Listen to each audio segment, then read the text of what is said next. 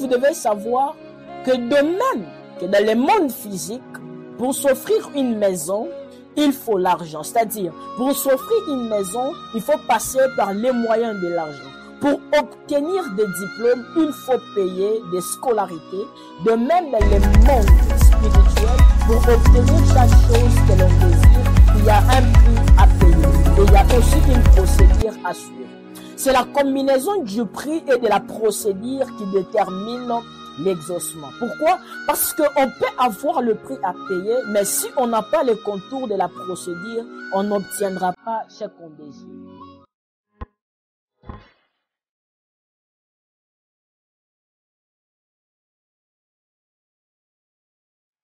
Bienvenue dans la nouvelle série d'enseignements sur les mondes des esprits.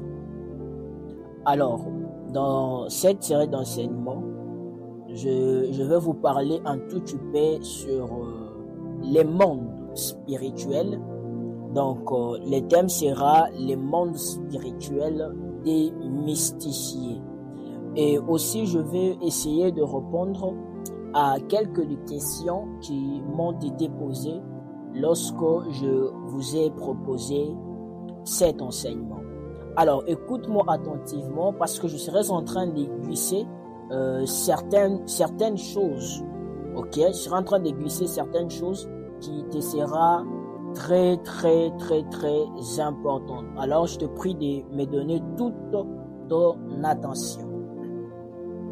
Alors, vous devez savoir qu'il n'est pas possible de parler sur les divers domaines du monde des esprits dans notre langage humain sans pour autant apporter l'utilisation du langage terrestre, c'est-à-dire le langage que nous utilisons ici sur la terre. Chaque être humain qui a une rencontre ou soit qui a des visions du monde des esprits ne peut prétendre avoir visité tous les aspects du royaume des esprits. Est-ce que quelqu'un me comprend? Je disais ceci, que tout homme qui a une rencontre spirituelle ne peut jamais prétendre avoir visité tous les domaines qui existent dans le royaume ou soit dans le règne de l'esprit. Alors, vous devez savoir qu'il existe plusieurs créatures, qu'il existe plusieurs créations de Dieu dans plusieurs univers qui prendraient des éternités à être explorés ou soit à les connaître. Pour cette raison, je conseille. Ok? Pour cette raison, je conseille. Et pour cette raison aussi, vous devez savoir que beaucoup de ceux qui ont eu des vraies expériences spirituelles du monde des esprits, que ça soit par une petite période ou soit que ça soit à travers ce qu'on appelle des rencontres prolongées, ils sont en train d'apporter qu'une petite vie du domaine spirituel. Et c'est une erreur pour tout celui qui a une expérience spirituelle de penser que son rencontre est tout ce dont à quoi ressemble le monde des esprits et de commencer à construire des doctrines sur ce à quoi ressemble le vrai monde des esprits. Alors, la plupart d'entre nous, nous sommes conscients que nous sommes des êtres spirituels. Mais la connaissance que beaucoup d'entre nous ont, c'est une connaissance intellectuelle et non une connaissance expérientielle. C'est-à-dire que la plupart d'entre nous connaissent les anges. Ils ont entendu parler des anges, mais ils n'ont jamais fait l'expérience avec un ange. C'est ça qui fait en sorte que la plupart d'entre nous sont conscients qu'ils sont des êtres spirituels. Mais la connaissance que plusieurs ont, c'est une connaissance intellectuelle et non une connaissance expérientielle. C'est-à-dire que la plupart d'entre nous expérimentent la vie principalement comme des êtres physiques et non comme des êtres spirituels. Mes frères et sœurs, nous devons arriver à comprendre de manière plus profonde que nous sommes avant tout des êtres spirituels. Nous avons notre existence en tant qu'esprit qui est un être réel qui existe dans l'autre univers, soit dans le royaume invisible, 24 heures sur 24 heures. Est-ce qu'un esprit me comprend? Alors, vous devez savoir que le monde spirituel est le monde éternel. Le monde spirituel, c'est la demeure des divinités. Le monde spirituel est la demeure des anges. Le monde spirituel est la demeure des démons et des autres êtres spirituels, y compris nos propres esprits humains. Alors, le monde spirituel, c'est le royaume éternel qui a créé le monde physique et plus jamais, ou soit, nous n'arrêterons jamais d'interagir avec ce monde une fois que notre esprit existe. Une fois que l'esprit humain commence à exister, ou soit une fois que l'esprit humain existe, son esprit ne pourrait jamais s'empêcher d'interagir, ou soit n'arrêtera jamais d'interagir avec les mondes spirituels. Même si parfois il semble que nous entrons, ok, parce que parfois il nous semble comme si nous entrons et quittons le monde des esprits. Mais vous devez savoir, come on, mais vous devez savoir ceci. Vous devez savoir que nous sommes avant tout des êtres spirituels. Est-ce que quelqu'un me comprend? Nous sommes avant tout des êtres spirituels. Même s'il semble parfois que nous entrons et nous sortons dans le monde des esprits, vous devez savoir que nous sommes avant tout des êtres spirituels. Est-ce que je suis en train de parler à quelqu'un? Est-ce que je suis en train de parler à un esprit? Est-ce qu'un esprit m'entend? Est-ce qu'un esprit me comprend? Alors, j'étais en train de dire ceci, que même si parfois il semble que nous entrons et nous quittons le monde des esprits, vous devez savoir que nos esprits ne cessent jamais d'exister et d'interagir avec le royaume invisible. Mes frères et sœurs, l'existence de nos esprits ne commence pas et aussi ne s'arrête pas lorsque nous avons des rencontres spirituelles. L'existence de ton esprit ne commence pas le jour où tu as vu un ange. L'existence de ton esprit ne commence pas le jour où tu as une rencontre spirituelle. Est-ce que quelqu'un me comprend? Alors vous devez savoir ceci. Tout comme notre corps physique voit continuellement les choses qui se passent dans le domaine physique, notre esprit également. Il perçoit continuellement les choses qui se passent dans le royaume invisible. Alléluia. Alors, à présent, je vais répondre à quelques questions qui m'ont été posées quand j'avais posté cet enseignement, quand j'avais proposé de donner cet enseignement. Alors, je vais répondre à ces questions. Alors, écoutez-moi attentivement pendant que je suis en train de répondre à ces questions, puisque cela pourrait t'aider également. Alors, la première question. Je vais répondre à la toute première question. La première question dit ceci. Prophète, que pensez-vous de l'audition ou soit de la communication dans le monde des esprits? Prophète, que pensez-vous de l'audition ou la communication dans le monde des esprits? Premièrement, vous devez savoir ceci. Lorsque je vous parle dans cette vidéo, les sons que vous entendez, c'est le résultat des différentes formes d'énergie qui sont transmises par ce qu'on appelle les structures physiques du corps humain. Maintenant, vous devez savoir que les êtres spirituels n'ont pas de structure physique comme le tympan ou soit les cordes vocales et les autres structures physiques humaines. Ok? Maintenant, lorsque nous entendons un démon ou soit lorsque nous entendons un ange parler, les sons que l'ange émet ne pas une onde qui vient de l'air poumon comme nous en fait. Même si c'est comme si nous entendions une voix audible comme n'importe quelle autre voix humaine, ou soit que nous voyons un corps physique comme n'importe quel autre corps, vous devez savoir que les esprits n'ont pas de corps physique, ou soit ils n'ont pas de structures de communication qui sont comme ces deux êtres physiques. Alors, en ce qui concerne l'audition, ou soit la communication dans le monde des esprits, vous devez savoir que la communication dans le domaine des esprits c'est fait par le pensée. Ok? La communication dans le monde des esprits, elle se fait par le pensée et aussi ce qu'on appelle les impressions spirituelles. Alors, dans le monde des esprits, ou soit dans les domaines des esprits, on peut comprendre parfaitement toutes les langues qui sont parlées ici sur la terre. Alors, cette compréhension ne se fait pas directement par la connaissance de la langue elle-même, mais elle se fait plutôt par ce qu'on appelle la signification et aussi par ce qu'on appelle le pensée, par ce qu'on appelle la signification premièrement. Et aussi, vous devez savoir que le pensée de celui qui parle dans le monde des esprits, elles sont communiquées directement par ce qu'on appelle télépathie. Est-ce que quelqu'un me comprend?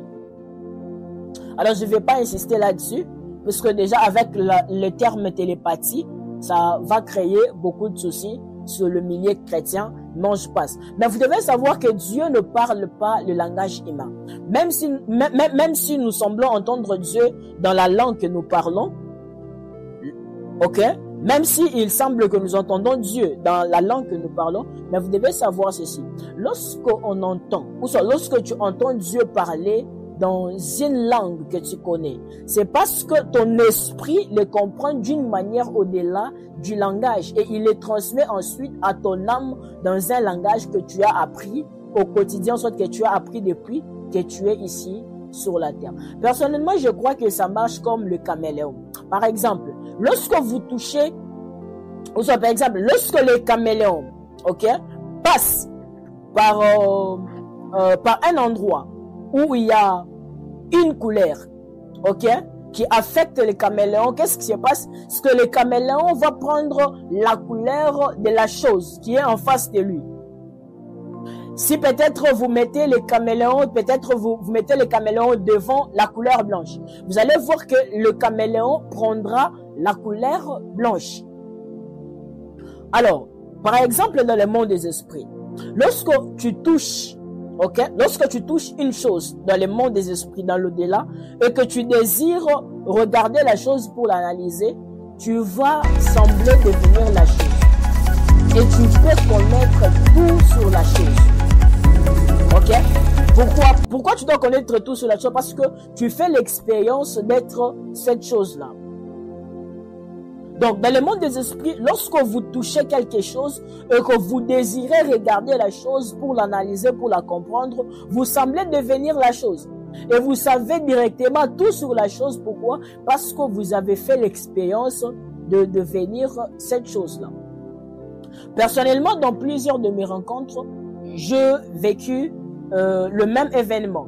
C'est-à-dire, lorsque vous rencontrez une personne dans le monde des esprits et que vous désirez connaître que la personne, vous semblez devenir la personne et vous êtes capable de tout savoir sur cette personne.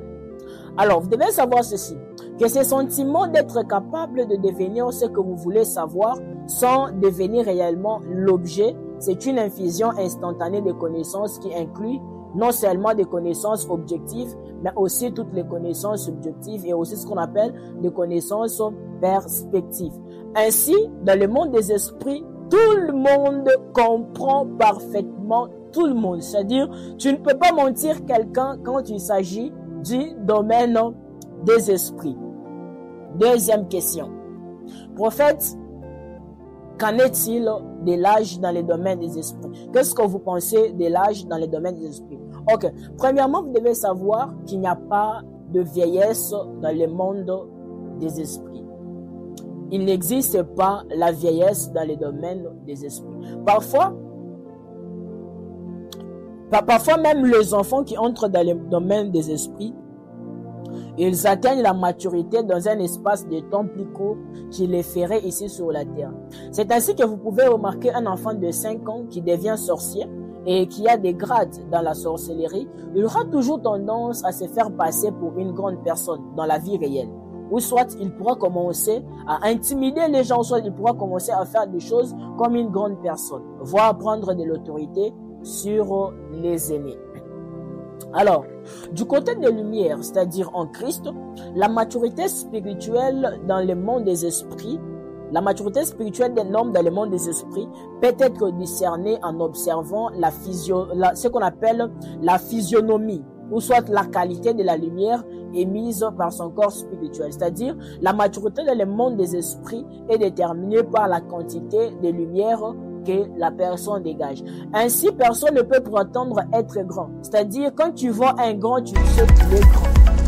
Ce n'est pas comme dans notre domaine, dans notre monde physique, soit dans notre domaine, dans notre monde des hommes, ou soit dans notre monde des humains, où on peut prétendre être grand sans pour autant l'être.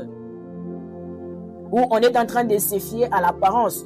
Or que dans le monde des esprits, quand quelqu'un est grand, tu sais tout simplement voir qu'il est grand. Pourquoi? Parce que la maturité,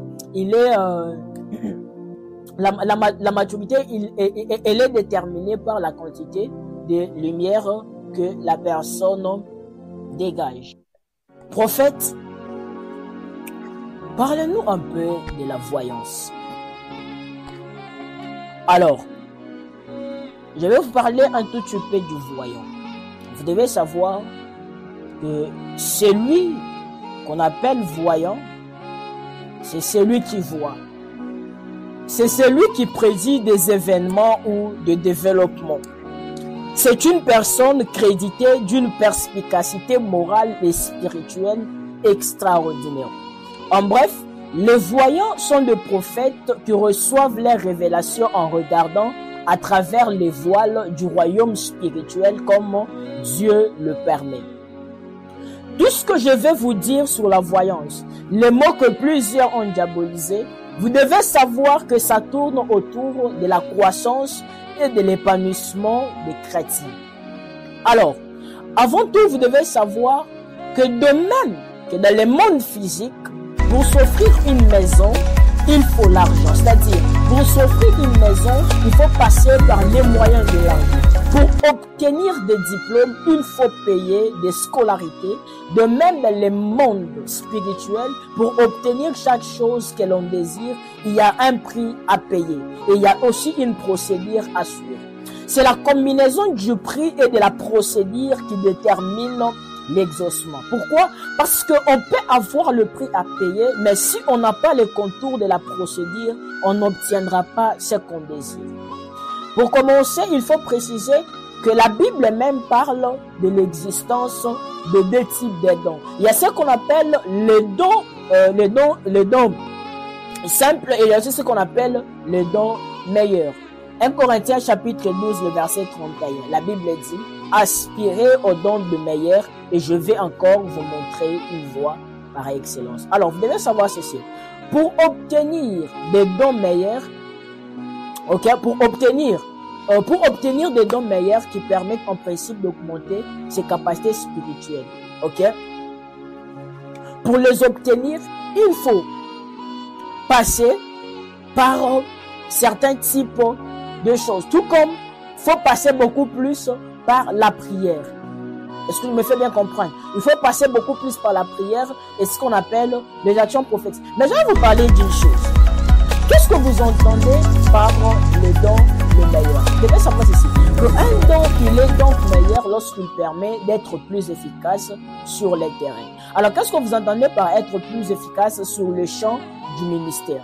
C'est lorsque les dons produisent des résultats plus rapides et plus précis dans la vie de celui qui utilise et dans la vie de ceux qui veulent que ces dons soient utilisés pour leur bien.